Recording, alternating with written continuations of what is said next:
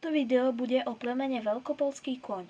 Veľkopoľský kôň meria okolo 168 cm v kohútiku. Pôvod má v Poľsku a sfarbenie akákoľvek jednoliatá farba. V 19. storočí mali Poliaci spolu s Maďarmi v Európe bezkonkurenčnú tradíciu jazdectva, pričom vo vojsku dávali prednosť Arabom alebo koňom arabského typu.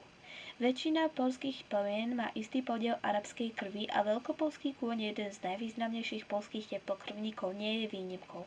Žrebčiny chovajúce Araby v Poľsku, ktoré založili poľskí šľachtici, boli známe po celej Európe a produkovali kone unikátnej a charakteristickej kvality. Veľkopoľský kôň, ktorý sa chová prevažne v strednom a západnom Poľsku, pochádza z kríženia dvoch poľských teplokrvníkov, poznanského a mazúrskeho koňa. Neskôr ho krížili s anglickým plnokrvníkom, arabským a anglo-arabským koňom. Veľkopoľský kôň, veľký so správnymi proporcami, je veľmi praktický dvojúčelový kôň, hodí sa do záprahu aj na jazdu, pričom sa ľahko a hospodárne chová. Ťažšie jedince sú veľmi aktívne, silné a majú dobrú povahu a sú z nich dobré pracovné kone.